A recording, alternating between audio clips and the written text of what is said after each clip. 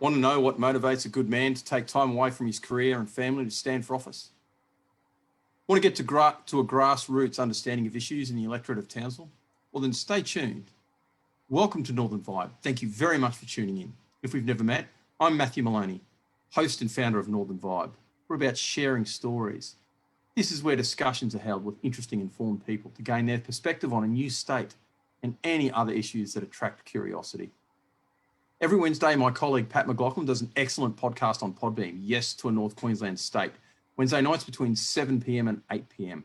Get the Podbeam app, tune in and have a listen. It's very, very interactive. So you can ask questions. It's fantastic there.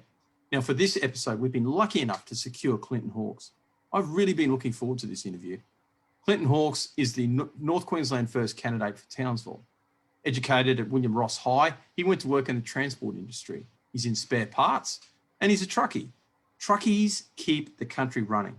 Now, he's relatively young. He's at the age of 21. Now, at his age, I wasn't involved in politics, and most of my focus involved drinking and young women.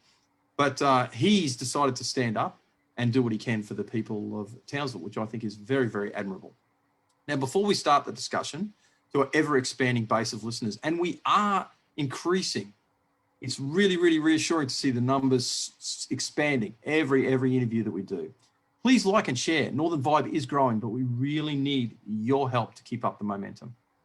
We're getting some really interesting locations where people are listening from. So please tell us where you're from, ask some questions, make some comments. We've got some great suggestions from the comments page, so keep them coming. This includes suggestions for guests. Now, if you're interested in coming on Northern Vibe, contact me through the Facebook page. Every week we have a mention in dispatches. This week, my shout out goes out to St. Vincent de Paul. I love St. Vinny's. I used to volunteer for them. I thoroughly recommend them as a great place to work and to give back to the community. Now, right now, we're unashamed new state advocates. In the very near future, starting soon after the election, we're going to have another podcast just on peoples, places and events and interesting organisations. So keep an eye on Northern Vibe. Clyton, welcome. Thank you very much for coming on. Thank you for having me. I assure you, mate, the pleasure is mine. And as I said, I've really been looking forward to this. I've watched a couple of your other interviews and you're a really interesting guy. Mate, tell me a little bit about yourself. Well, not born and bred in North Queensland. Family moved up in 2013 from Toowoomba. My family saw great opportunity for my father's business, transport business, and we wanted to come and see what North Queensland had to offer, and I've been here ever since. Can't get me away from it. I'm sort of hooked to it. But North Queensland is the land of opportunity. It's untouched. It is plentiful and it has a lot to offer. I've raised in Toowoomba, so I do understand the sort of the dynamic between coming from the southeast, moving to the north. So I understand where they're coming from and where we're coming from. So, and then, educated at William Ross, then went to Moriarty for a quick stint down there driving for a transport company, then come back to beautiful Townsville, and then been there ever since, working a few jobs in spare parts, mainly in the transport industry, and, really just doing what I love at the end of the day, essentially. At the end of the day, it doesn't matter which way you twist and turn. I go to work every day, still am now. Pull my boots on like many others do here in central North Queensland and just get the job done. But yeah, that's pretty much all there is really about me. Mate, well, again, it's the everyman idea. Now, disproportionately, when you look at people who stand and people who get elected, they're lawyers. Now, I've got nothing against lawyers. Some of my best friends are lawyers. Yeah. But it's really, really good to see, if I can use the term, real people who are kind of involved in the political process. Because the whole thing about democracy is this. It's supposed to be something that we all engage in. Democracy is not supposed to be an elected oligarchy where we kind of like, hey, you guy, just rule in my interests, like use the force and understand what's best for me. If you're not involved in democracy, it's going to fade and it's going to become meaningless. And You know, we have to, the whole thing about democracy is we've got to participate in it. And if democracy ends up failing, what a lot of people like look at systems, go, oh, it's this system, it's that system, it's this, and like, no system is perfect. Well, that's half the reason that, well, it's the reason that we have formed this, because there is a systematic problem with the way democracy is happening in Queensland. But that doesn't invalidate democracy itself.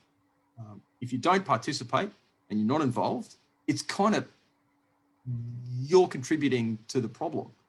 And that's why I really, really admire a chap like yourself standing up and going, you know what, I'm going to do it. I'm going to take time. And it doesn't matter which party you're from. And we're getting a real cross consensus here. We're speaking to the Labor Party. We're speaking, we're former members of the Labor Party. We're, you know, engaging with Conservatives. We're engaging with as many people as we can right across the spectrum.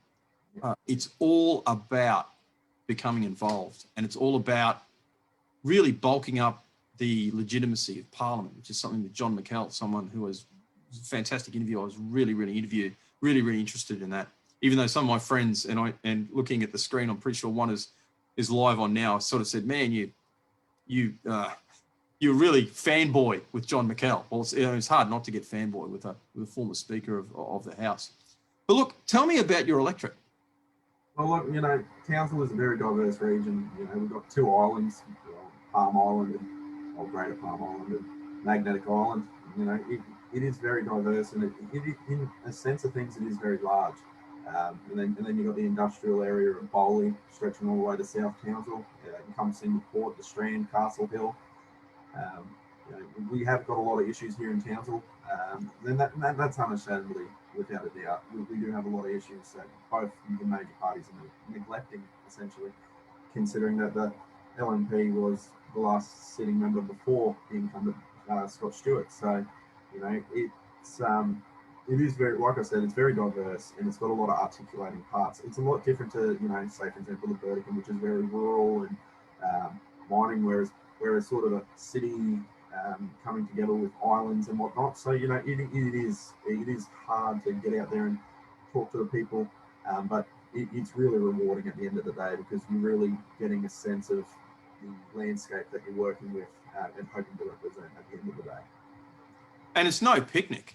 Like, it is no picnic putting yourself out there. Like, I don't know if you've gone as far as door knocking or anything else. Yeah, like, I've been doing 600 houses at least a week.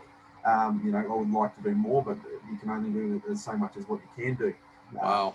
You know, I'm up to, I don't know, God knows, 12 o'clock at night, still going, putting posts out, doing up things for tomorrow, for the next week, for whatever. And in the afternoons, just smashing out, talking to people, markets, you know, you name it. It is hard, and it is hard to put yourself out there, but you just got to take the plunge and do it. Like I thought when I first was getting into it.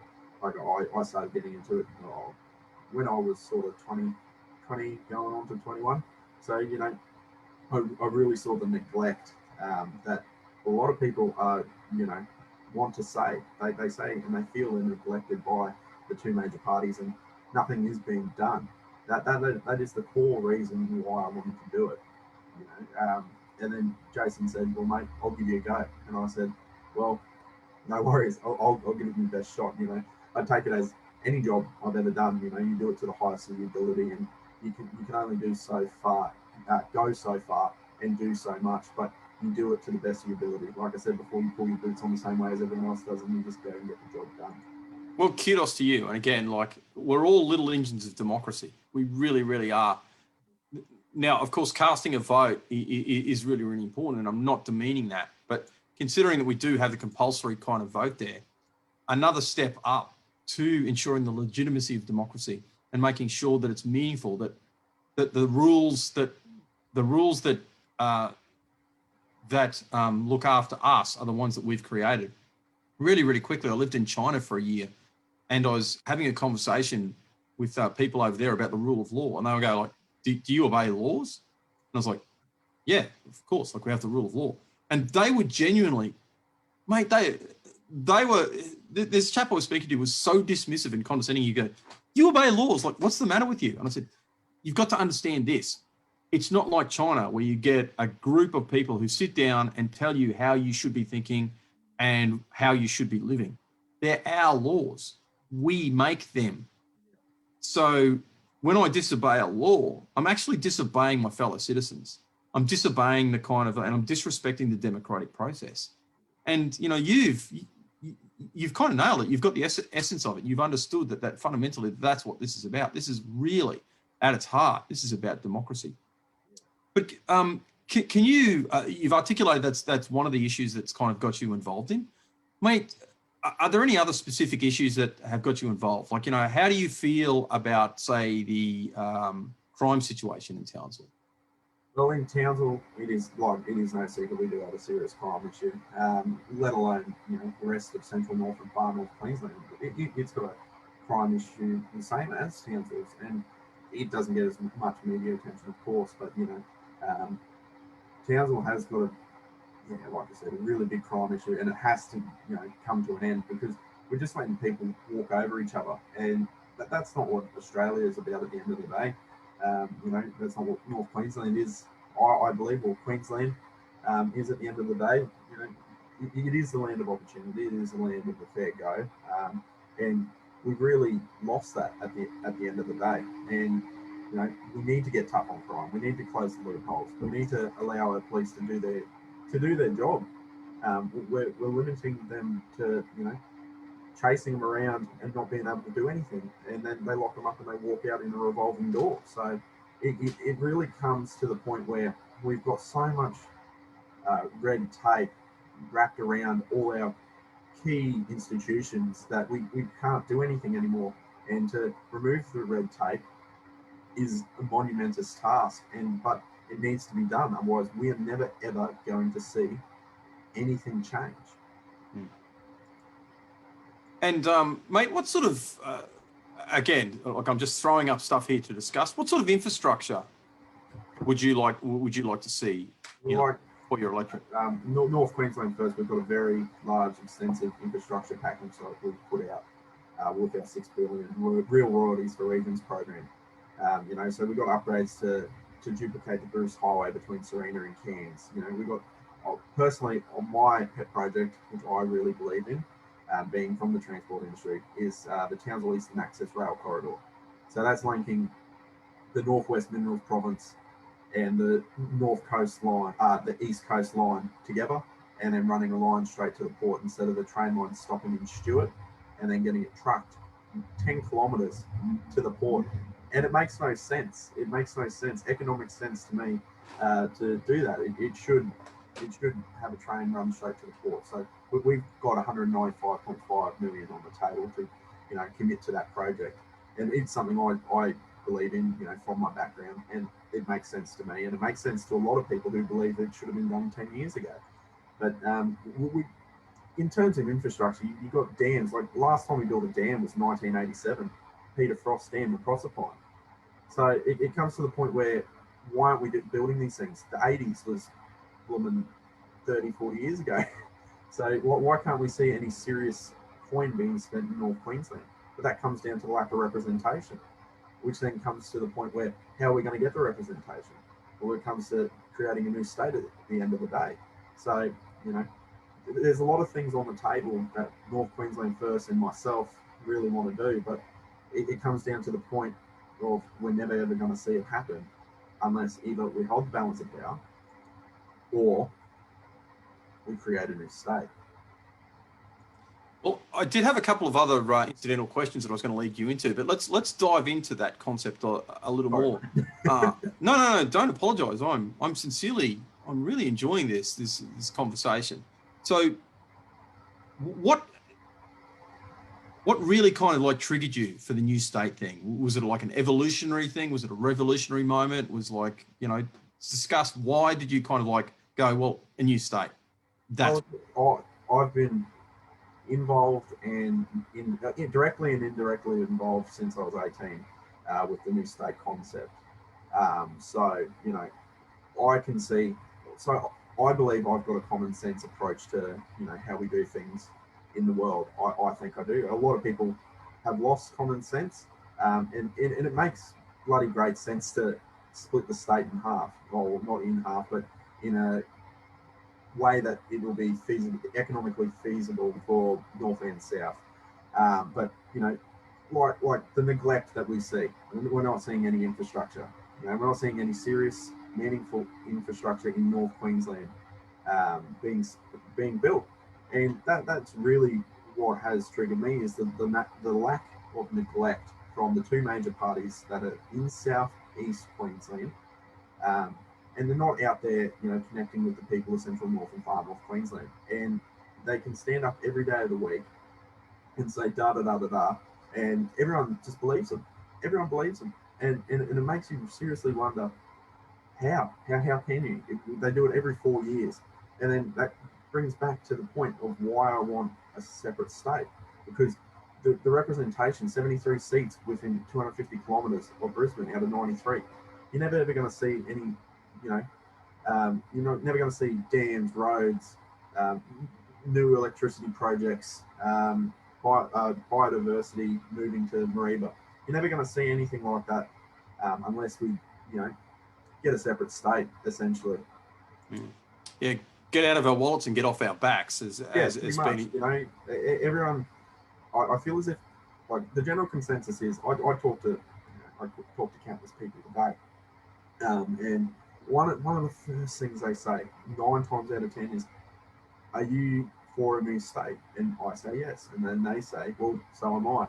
So, you know, 9 people out of 10 that I talk to in Townsville alone want a new state, which is astonishing when you come to think of it, because imagine how many there is out in Burdick and Mount Isa, up north in Cape York, or, you know, down towards Rockhampton. The people want a new state, and I can feel it, and you can feel the change in the wind when you talk to people. People light up when they see that you want a new state, because they believe that you want a new state and that we can do this. You see, people think we're not going to be able to do it. We're never going to be able to do it. We're going to be Queensland till, I don't know, till a bloody meteorite flies into the earth and shatters it. We'll be Queensland forever. But, you know, at the end of the day, it is possible. It is possible, and I know it is possible. There's countless ways you can go about doing it. You know, pen or sword. You know, it's been done countless times through history. New countries are made. You just have to look through history to just see the prime examples of how many times you can create new states. America, you know, 53 states. You know, it comes to, you know, I feel that we can do it, and I know we can do it. It comes down to the people wanting to stand up for central north and far north Queensland, and getting a backbone and finally standing up for their community, because at the moment we aren't seeing that, and we're seeing the two major parties walk all over us, and you know, you can't even tell them apart anymore. That's the funny thing. That one's a shade of green, the other one's a shade of green. They're both preferencing who knows who, and we're not seeing. We're just seeing them walk over us, and it has to come to an end here in North Queensland for the sake of North Queensland, because at the end of the day, it's my job, Joe Blow's job down the street, and we as the people feel that we need to be represented better than what we are currently receiving. And look, that's I couldn't agree more. There's so much in that very well articulated little dialogue that you kind of that you outlined there. I was lucky enough to interview the two chaps from the IPA, young James Bolton and Peter, and it was so good speaking to these guys. These super smart, razor sharp young minds down in Victoria, and we had a discussion about the new state movement in the context of the broader what's happening globally. Yeah. So the comparisons were made to the Brexit movement, and of course to the Trump phenomenon, and the consensus between those two minds was we're closer to Brexit, and that's because fundamentally it is about sovereignty. It's about this idea of having control of your own lives and being able to make decisions for yourself. Now, Nigel Farage was one of the, and he's a hero of mine, was one of the big pushing movements kind of behind that. Yeah. And he made the observation that, look, first they ignore you, then they mock you, Then they laugh at you. Then they engage you. Then you fight them. Then you win. And we're really at the stage now where, because we've been ignored for so long, that's actually getting to the stage where it's counterproductive. People kind of think, especially the elites down in Brisbane and the elites in the media, they think, oh, well, we'll just ignore those ridiculous rednecks for long enough. Those idiots will go away. They'll forget about it. No taxation without representation is not just a slogan. And it's as meaningful now in 2020 as it was in the 1700s when the Americans fought their revolution. We're kind of serious about this. And there will come a tipping point. And I suspect it's going to happen really, really quickly. Like when it happens, it's going to happen. The other interesting point that I'd like to follow up on and kind of agree and value add to is this idea that we're not being dishonourable or unfaithful to Queensland. Now, the Queensland state motto is Audax et Fidelis, which means bold yet faithful. Now, all we want to do is move forward boldly. We're still faithful members of the Commonwealth. Like we don't want to form a new country. Like there's still that's the problem about doing right that. That's the problem. See, it is when you talk to people, a lot of them say, you want to form a new country. No, it's about educating people in the concept of a new state. See, that's the problem that the new state movement has, is we're not getting out there and educating the population. There is movements, Boot Brisbane, North Queensland State Alliance, but we need more boots on the ground. We need more boots on the ground. Otherwise, you're not going to see this massive phenomena of people saying, you know what, bugger the southeast, let's be our own state, and that's what we need. We need the people to turn around and stand up for their community, which they have just been getting trampled on for God knows how long, over 100 years now. And enough's enough at the end of the day, because there's only so much people can take before they turn around and say, well, no, I've had enough. I want better for myself, my family, my community, and my state. And it is coming soon, and I can feel that. I talk, like I said, I've talked to countless people, and they all feel the same way. And it comes to a point of leadership. People are not standing up and saying, well, let's do this, guys. We're going to do this. That's where it comes to. There's no leadership, and there's no education on the idea, which is sad to see, but there's only so many people who can advocate and push, and then there's only so many people who can educate at the same time. But the more you do it, the more people get out there and spread the word that, we want a new state, the more traction it's going to get. And we're seeing that. Over the past year, like since I've been on this, is that it's growing increasingly in number by people who want to see a new state.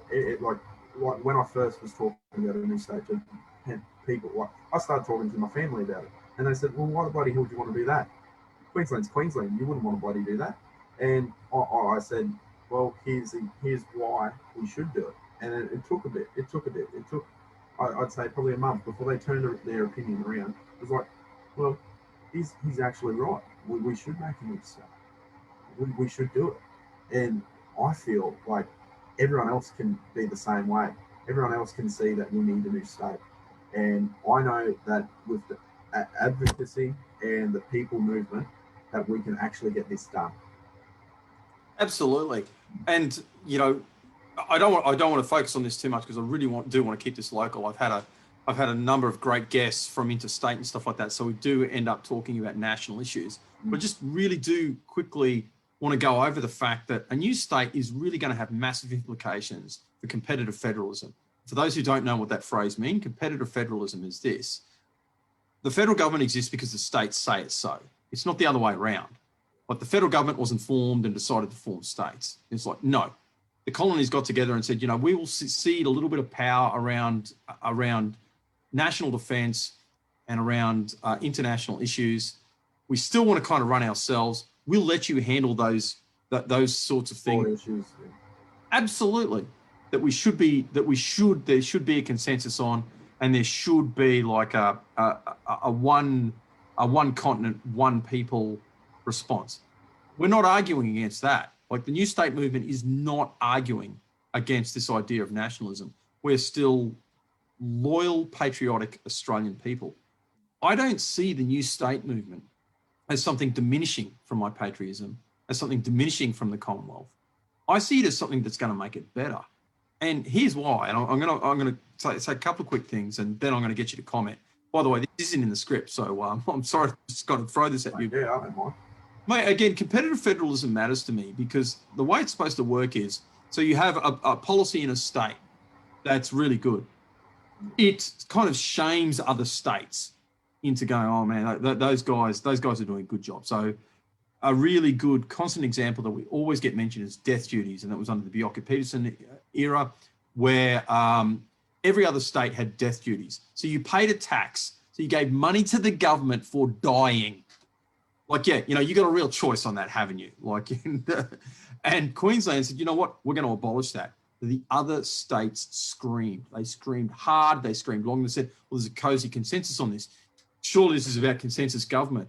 We don't want competition. We want a comfortable cartel where we can just shaft the people, and we've all kind of agreed that this is what's going to happen. And imagine it, to use an economic, and this is an argument that I find particularly compelling when I'm discussing this. I say, well, let's remove the politics from it. We've fundamentally got two groups who sell food to you in Australia, okay? It's either Woolworths or Coles. Now, it's true that there is a small, and I've forgotten the exact, because I haven't looked up these stats really for about 10 or 15 years, but my family comes from a small business background. We only had, I think it was going back in the 90s, small business only had something like 15% of the market. Like the rest was owned by those two groups. Now, I can't say that there was a meeting in the Melbourne club between two guys, the head of Coles and the head of Woolworths, and they sat down and go, so how much are we going to charge for milk? I can't say that happened. And nor am I going to engage in conspiracy theories. Yeah. But if there are just two kind of people, even if there is not an actual meeting where that doesn't kind of happen, where they're over, they're sitting there over a nice claret and going, well, how much are we going to charge those scum to eat? All they need to do is kind of look at, because like the other 15% doesn't matter. It's like, yeah, who cares what those idiots are doing? It's like, yeah, whatever. All they got to do is look at it and just kind of like, just make it so that they're both comfortable enough. That's a cartel. Even if there is not a conspiracy where they're sitting down. And again, for complete clarity, I'm not implying that there is. All they have to do is look at it and go, we got a comfortable cartel here. You don't come into my territory. I don't come into yours. We both profit a lot. Everyone's got to eat and you are going to pay. Well, politically, the same kind of thing is happening with the states. And you saw that in regards to, best modern example I saw were the bikie laws, where the Queenslanders, and I got to admit, like, to be completely candid, like I got to be very careful because I'm still an employee of the state government. Like I can't comment specifically about any government policy. I can talk about principles. I had my concern about some of the principles behind allowing people to meet, okay? Because it's like, well, you're in this group, you guys can't meet. I had my concerns around that. And the issue is not whether or not they were criminals. The issue is not whether or not, bad things were happening. That's not the issue. The issue is like, well, there's this kind of like really important principle that we're looking at there. Now, when Queensland did that, I know that the rest of the state screamed, because what happened is a lot of motorcycling enthusiasts who may or may not have been involved in some activities that the authorities may or may not have been interested in, to all other states. Now, there were meetings with the police commissioners, and this is all public knowledge. Like this is like Google it. There's all this public knowledge about all these commissioners screaming, going, all these bikies are coming to our states. And Queensland's going like, yeah, they were. They even fled overseas. They were going to Bali because these bikies were never going to stop. They're making too much money. And it's not just, for a lot of them, it's not just money. It's like, it's the lifestyle. It's like, I'm a gangster. Like, look at my tough stickers all over me and all over my face and all that sort of stuff. And man, I got 2 or 3 women on the trot and, they kind of accept it. And, I am a motorcycling enthusiast and I've got 20 of them. But why? The question is, like, looking at that, like, looking at the hierarchy of concerns, of course they're not going to stop. So you need this competition between the states of like, yeah, well, you know, we've decided to make this decision, and putting aside as to whether or not these rules were right or wrong, whether or not it was, whether or not they're, and again, like I had some concerns about, you know, allowing people to meet. It's like, if you make that illegal, well, how about, you know, Matt and Clyton kind of moving together and go, I want a new state. Like, you know, you could kind of make that illegal, or unions. So my left-wing friends kind of understand this as like a unions or a meeting of the Greens Party or, you know, Extinction Rebellion get together, go, well, you know, you guys are terrorists. Extinction Rebellion are terrorists. We're going to stick you on the terrorist list. You can't meet. Well, it doesn't matter what I think of Extinction Rebellion. I'm kind of not in favor of them, but they should be able to meet, you know, and we should be able to like have discussions with them, and we should be able to debate with them as to whether or not that's right or wrong. Yeah. I'm going to get you to comment on identity, and I just want to, so our listeners know while you're speaking, we've had another, and I'm really, really, really happy about this. We've had Carolyn Moriarty, who wants to come in, and she's going to join this debate. So we're going to have a three-way conversation. It's going to get even better. So please, Clyton, have a quick discussion on, you know, make a quick couple of comments on North Queensland identity, what makes us a little bit different, or not a little bit, what makes us different from the people in the southeast corner. I'm going to admit Carolyn, and then we'll include her in the conversation. Well, you know, there is some, you know, defined differences between us and the southeast corner, or the latte sippers, as I like to, or as I like to call them. But you know, it comes to a point where do you draw the line as identity? Well, you can't really. We're vastly different. Our way of life up here in North Queensland, like you could go as far as to say as we deal with the floods every year. You know, Brisbane doesn't. Our roads are different. The way we go to the beach is different. You know, we go camping. North Queensland, Southeast Queensland, they stay in high-rise apartment buildings. So, you know, it really comes to the point where when you draw the line on south and north, you can't actually, because we're into travel. So, I would go as far as to say as we are different in the way we believe we are being represented at a government level, but all Australians should be the same. I reckon we all should be the same. We should all follow the same principles and the way we, you know, interact with each other at the end of the day, because we're all under one flag. But as terms of North Queensland, one of the real differences is our lack of representation. And that's what I truly believe, because, like I said, 73 seats out of 93 are in Brisbane. So, you know, you draw your own conclusions as to why I say that.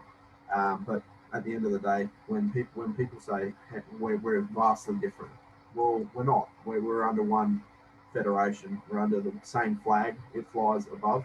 So at the end of the day, you can't really draw a deterring factor as to say we're different. Right. Okay. Hi. So we've just had Carolyn come in. For the viewers that have done this, and we're at Carolyn, we're live. So I know it's kind of tough on you. First thing I've got to say is, look, thanks very much for coming in. I know you're as busy as a one-legged ballerina. So we sincerely appreciate. Yeah. Well, some of the most important meetings in North Queensland. We just discussed. If I could throw that in, perhaps that would be a small but important distinction between us and the Southerners. Yeah. Look, thank you very much for coming on in. Sincerely appreciate you being here. No worries. So we've kind of gone through a number of issues, but Right. We're talking about identity. So I'll get you to kind of like, I'll get you to jump right in on where we are and give us your quick take. Well, firstly, if you could tell our viewers whom you are, and I've watched a number of your interviews. I know you feel very self-conscious about speaking about yourself. You've got to remember you are, you've done quite a bit actually. And there really is no need to be modest here on Northern Vibe. No, seriously. Okay. I know you feel funny about it, but like, you know, you're seeking office. Yes. It's important to tell people who you are. And you know, I've got a deep respect for you, and it's important that people who are going to vote for you understand whom you are and why you're going to stand. So I'll give you a couple of minutes to kind of talk about that, and then I'll hit you with a question. So welcome, thank you. Tell us who you are. Okay, my name is Carolyn Moriarty, and I am the NQ First candidate for the Burdekin electorate. My background is all based in North Queensland. I was born in Hughenden and raised in Hughenden, and educated in Charters Towers in Townsville. In 1990, I moved to Claremont, where I've lived for most of the past 30 years. For most of that time, I was a school teacher, and then I worked for Shane Canute as his electorate officer when he was the first. He was a member for Charters Towers. Then when they changed the boundaries, Claremont was removed from his electorate, so I started selling real estate in Claremont for a couple of years. And then I moved across to Bowen, which is where I am at the moment. And I was the tourism manager at the Big Mango here, which was fantastic. It gave me a great opportunity to work in an industry I've never worked in before, and got to experience lots of amazing things around Bowen and the Whitsundays. Then I moved to Rockhampton and worked in an accounting office as a HR manager, and did a full circle at the end of last year, moved back to Claremont, where I'm a scheduler with Gregory Fabrications, and I'm there. I send the boilermakers and diesel fitters out to the local mine on a labour hire basis. So I've had quite a lot of experience in a great deal of industries, different number of industries. And I just think that that experience, and also the fact that I've lived in North Queensland my entire life, gives me a really good background on the issues that face North Queensland, especially the communities that are west of the Great Divide, which is where my passion is. I think that the smaller communities in North Queensland deserve just as much attention as the bigger communities, and I'd like to see them prosper in the future. So that's one of the big motivations for me to run as candidate. Look, I think that's magnificent, seriously. And it's not just your life experience, as I was discussing with Clyton before. So we've got this, you know, we've got this passionate young man who has decided to take time away to stand for his community. He's given a massive chunk of his life to do that, and you're doing the same thing. And the experience that you bring, and the perception you bring, and I love the Big Mango. I mean, everybody loves the Big Mango. I mean, if you don't love the Big Mango, you're not even in North Queensland. If you don't love the Big Mango, if you're a listener and you don't love the Big Mango, I love you, but it's time for you to emigrate to, I don't know, South Australia, Victoria. Well, interestingly enough, I'm allergic to mango. No way. Yes. No way. Just the sap or eating them? No, eating them. Oh my God. I know. Kill me now. Like if I had any more mangoes, I'd be a fruit bat. I swear to God, I absolutely. Tourism boss of the Big Mango. Allergic. Yeah. Get away.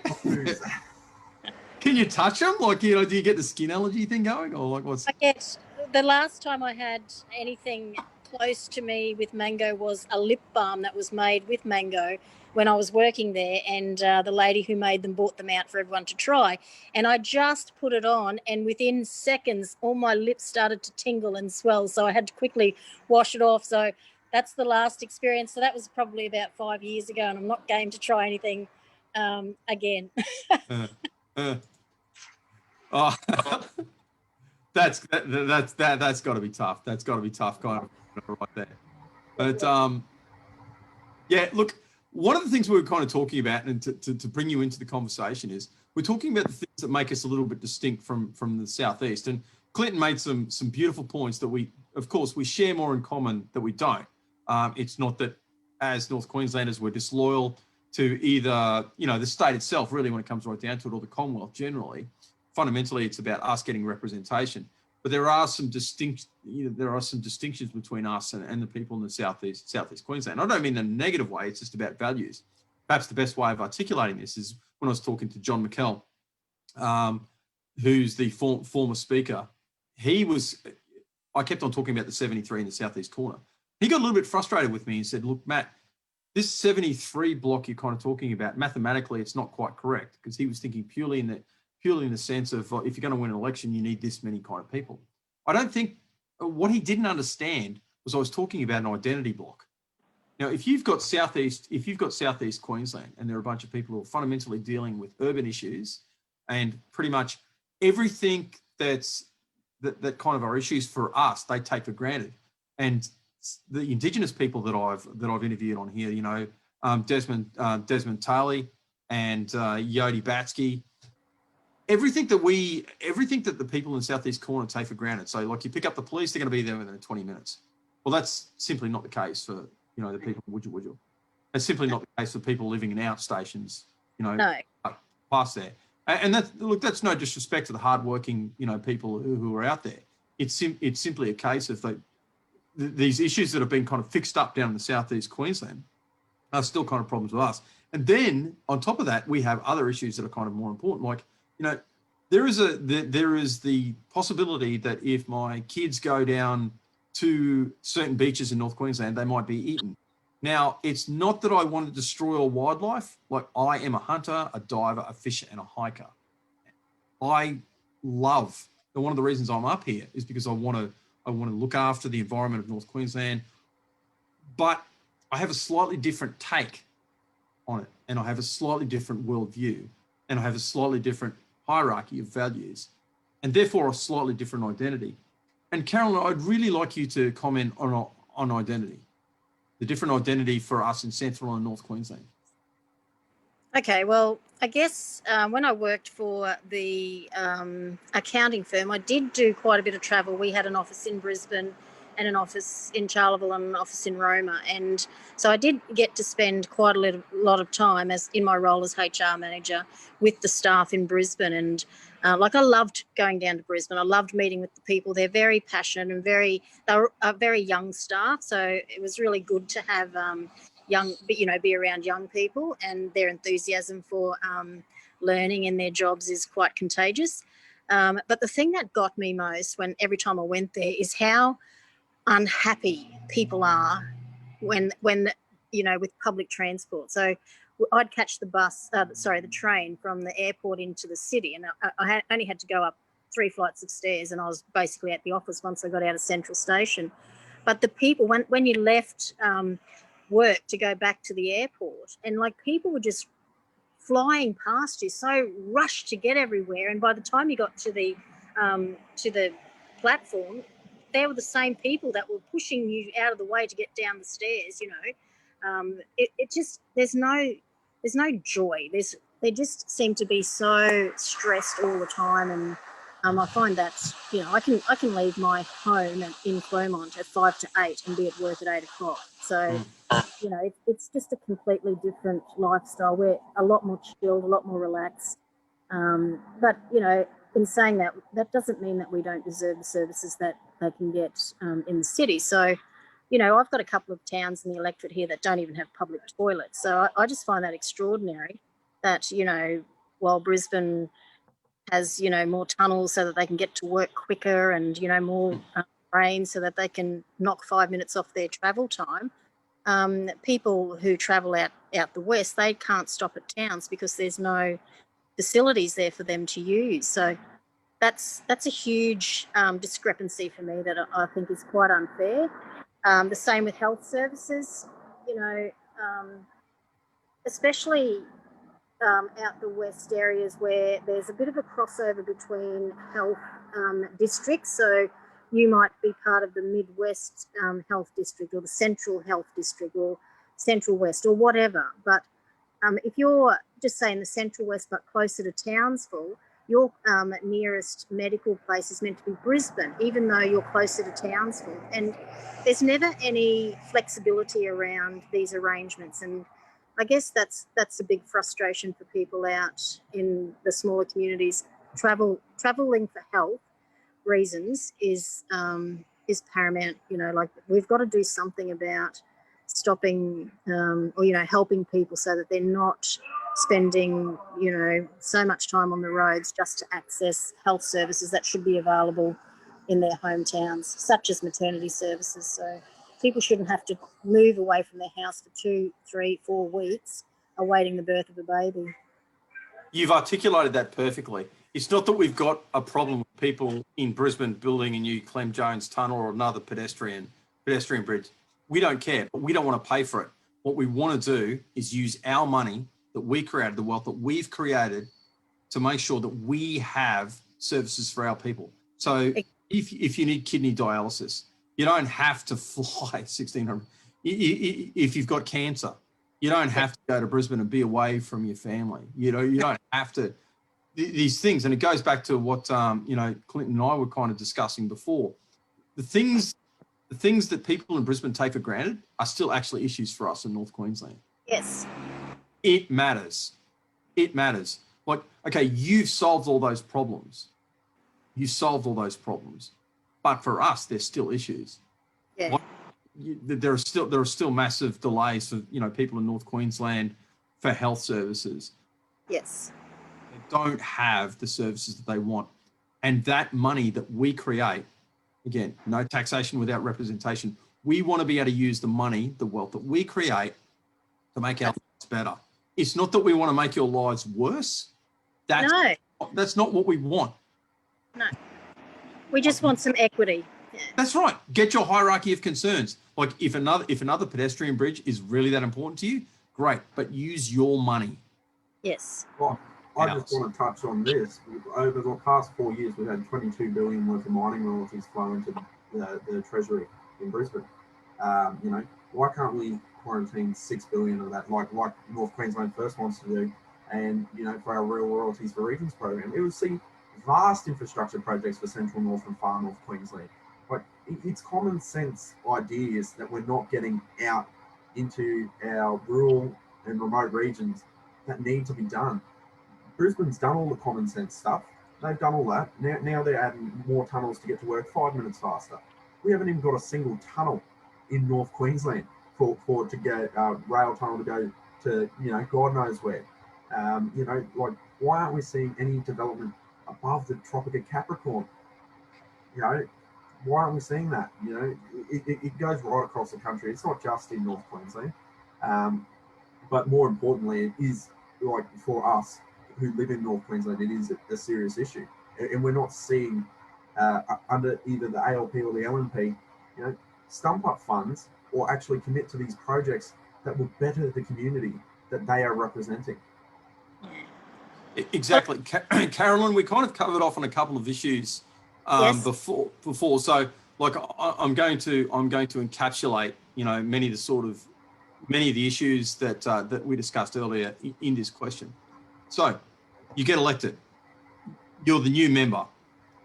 Obviously, besides a new state, what's the first issue that you're going to look after? What's the first bit of law? What's the first bit of legislation you're going to change? What is the first issue that you're going to concentrate on? Okay, so can I have 3? Yes, you may. Yeah. I think yes, you may. Yeah. Okay, thank you. So the 3 big ones that I'd like to really focus on is the repealing of the reef regulations, the repealing of the land clearing regulations, and the third one is the funding methodology they use to get to divvy up the funds to local governments. So this really affects the Isaac Regional Council where I live because 47% of the population out there is residential, 53% of the population is non-residential, fly in, fly out.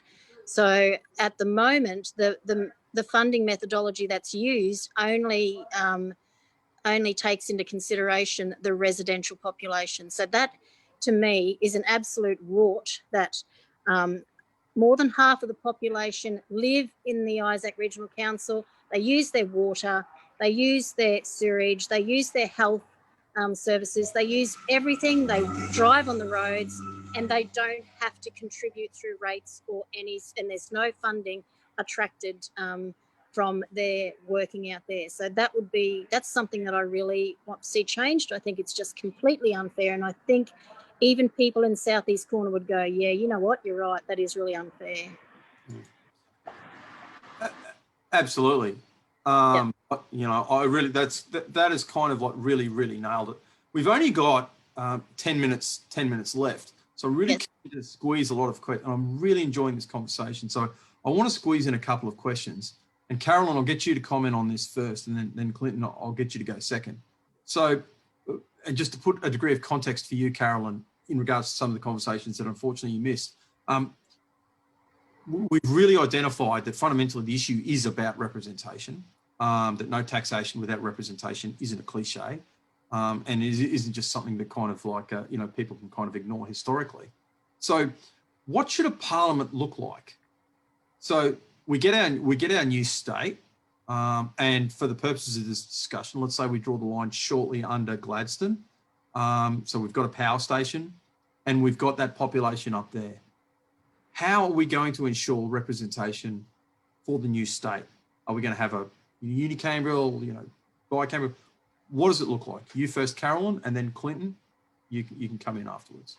Well, I think it's got to be bicameral because, I think the biggest problem that we've had in Queensland government over the past however many years is that because there's only one House of Parliament, the legislation that's gone through is not being checked twice, so it's just getting passed through, and consequently, the people that are most vulnerable or can be most vulnerable are the ones that are suffering, such as our farmers, such as, our agricultural industry. So a lot of these things are just getting passed through, and because they don't have that second level of checking, there's no one standing up for those areas that are being most affected. So I think it's got to be a bicameral parliament. It's got to be similar to perhaps Tasmania as far as the level of representation goes. So I think they've got 25 in the lower house, 15 in the upper house. And I know, a lot of people have said to me in my travels, we don't need any more politicians. And I have to keep saying to them, well, actually, yes, you do, because look at what you've got, bugger all. You need more representation if you want to get more services. So I think they just need to be aware of the numbers when it comes to other states, and then they'll realise how underfunded they actually are. Mm. And that's a magnificent way of articulating. And I've got to be honest, I use a intellectual sleight of hand when I'm having this discussion. Like if I'm talking about about evil politicians, I use the word politicians. If I'm talking about good people, they're elected representatives. So it's like I know, and I'm not even a journalist. Like I'm just a guy that's got a kind of like podcast that this is a podcast in the middle of nowhere. But Clyton, I'd really like your take on. I'd really like your take on that, please. I'm pretty similar to what Carolyn is saying. Like we're seeing in Queensland currently, we've got no upper house. So the reef regulations, they probably wouldn't even went through. We're seeing the little people. I'm going to say the little people getting shafted left, right, and centre. If we had an upper house, our representation would be vastly different to what we're currently receiving now. I believe. But if we had a new state, we'd have a bicameral parliament. Yep. Similar to Tasmania, like Carolyn said, and I believe it'd be fair for the reasons. Otherwise, we're going to just go slide straight back down where we were to begin with, and we're just going to continue to go round and round and round in circles, and nothing's ever going to get done. So you've got to, when you set up a new state, you got to do it the right way the first time and get it right. Otherwise, you're never ever going to get anywhere. Essentially, so you do it right the first time, and then you set it up so then everyone is equal and gets the correct representation that they truly deserve, and the little people can stand up and get a voice for what they believe in. Look, that's great. Unfortunately, we've only got 6 minutes left, but I'm going to try and squeeze in 2 questions regardless, because I'm really enjoying this conversation and looking at some of the comments on my Facebook page. So are our listeners. Look, thank you very much to all the people tuning in. Thank you, Mr. Brandstrod. Thank you, Mr. Campbell. And look, all the other comments we're getting on there. Fantastic. Thank you very much. If you've got any specific questions next time, because I just don't have the time to kind of ask any more questions, but if you've got specific questions next time rather than just comments, please don't hesitate to kind of put them on there.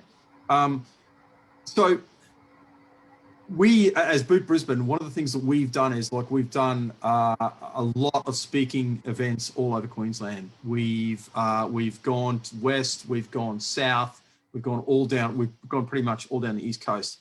And one of the really interesting conversations that we've had is when it comes to where's the capital going to be. Now there was a consensus. That yes, we're going to need some buildings somewhere where people meet. It's like this is our capital. But when it comes to actually meeting, a couple of things could or should happen. And these two things aren't mutually exclusive. Like one, the physical meetings happen at different locations or all around. So we have Parliament sitting in a number of different locations. So they get to understand the issues that are going on there. And that includes, incidentally, small locations. But secondly, one of the most interesting conversations I had was this concept of a virtual parliament. Now, stay with me. Both of you, please stay with me.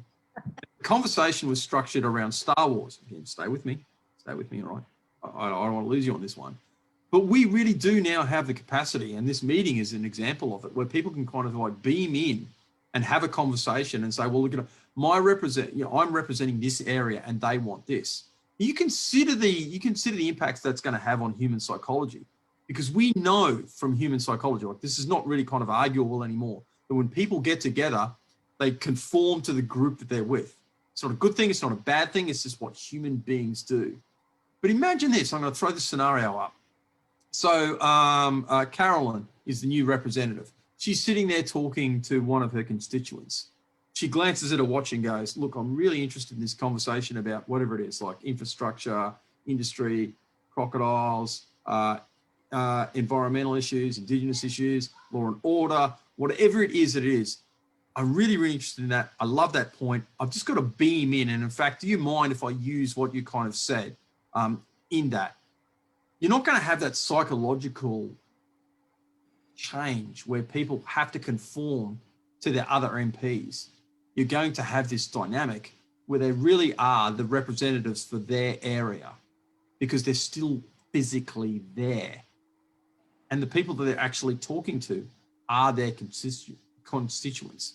And the people who they kind of intellectually have to conform with are their constituents. So I'd like to get two comments on that. And because I got Carolyn to go first last time, and I normally am a ladies first sort of chap. But I'll get Clyton to go and discuss that if that's okay. Yeah, that's a hard one, actually. Virtually, it's really stumping the people so they can't meet beforehand. They can't talk face to face. It's Wow. and it's different to talk to someone over the internet than it is face to face. I understand that. You understand that. Carolyn understands that. That when we propose this case for a new state, you have to look at every single option. You can't look at just to have one building where everyone goes to, and then you argue all day, and then you maybe might get something done. You have to look at every single option, and that's certainly something you could look into, which means then the people all come together. You see it like the United Nations and stuff like that. They have virtual meetings. They do, or the G10, G7. They do that all the time. So why can't we sort of do that as well? I think it's a great idea. It could be a great idea. Yeah, for complete clarity, I'm not seeking validation. This is a point of discussion. But yeah, no, I reckon, yeah, it could be. It just all depends on how you do it when you go to do it. It's sort of same as saying moving the parliament around to different cities every couple of sittings. Like, they're supposed to do that, but they don't. So that's a problem we see. So maybe that could be another way of doing it. I've never looked into it, but it probably would be. Yeah. Anything that bolsters democracy has got to be a good thing. Carolyn? Well, I think, like you said, socially, it's probably a really good thing because people aren't going to change, the dynamics aren't going to change so much. I think technologically it would be challenging. So, and that's because of the neglect that the North, especially the far North, have had when it comes to things like,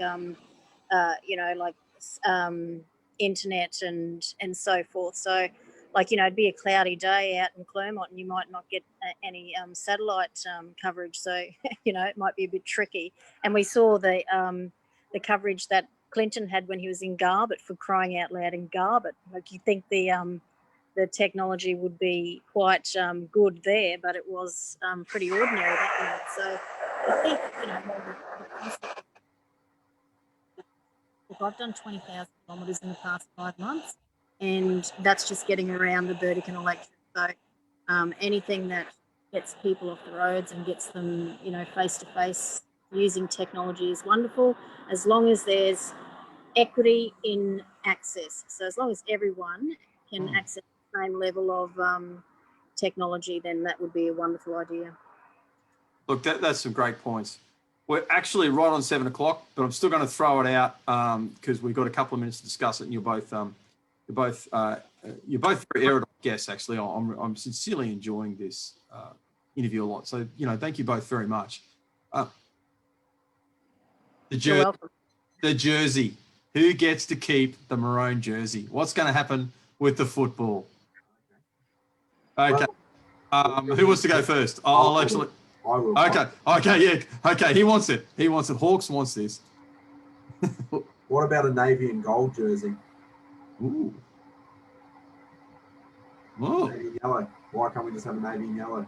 Or maybe a blue and white. Oh, you can't have blue and white. But, navy and yellow. You could have that. Why does it have to be maroon?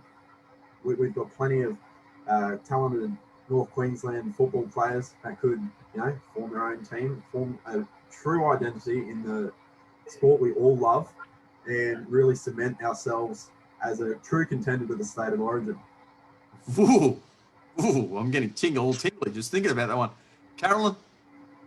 Well, I think probably to start with, you would have probably a Queensland team, stick to a Queensland team, and to choose that Queensland team, you'd have the North playing the South. And I'll tell you what, the Queensland team would be mostly made up of North Queensland, South Queenslanders. So, and then that team would go on and play the Blues and flog them. Well, look, and it'd take a good 20 years to kind of get through, because it's the club you first kind of played for. So it's going to take some time to be able to actually have a third team. And me personally, going off on a totally different tangent, I'd actually love to see Papua New Guinea involved too, but that's only because I live there and I've got a deep love of Papua New Guinea. I schooled there. But look, we're going to have to wrap this up. We've gone a little bit over time. I really enjoyed this. Thank you very much for taking the time out of your ridiculously busy schedules to speak to us. I'm going to end the live broadcast pretty much now, but I'll get you both to stay online so we can have a chat. For the viewers next week, I've got a chap, Peter Raffles, on. I've interviewed him before.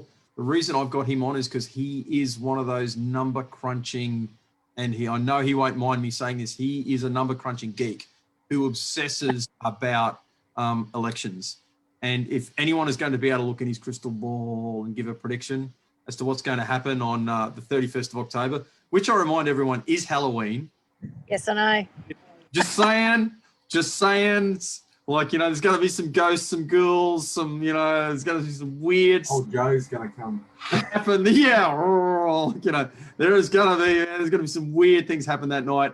And I'm looking for Peter to be able to kind of say, well, this is probably what's going to happen. So tune in next week for all my listeners out there.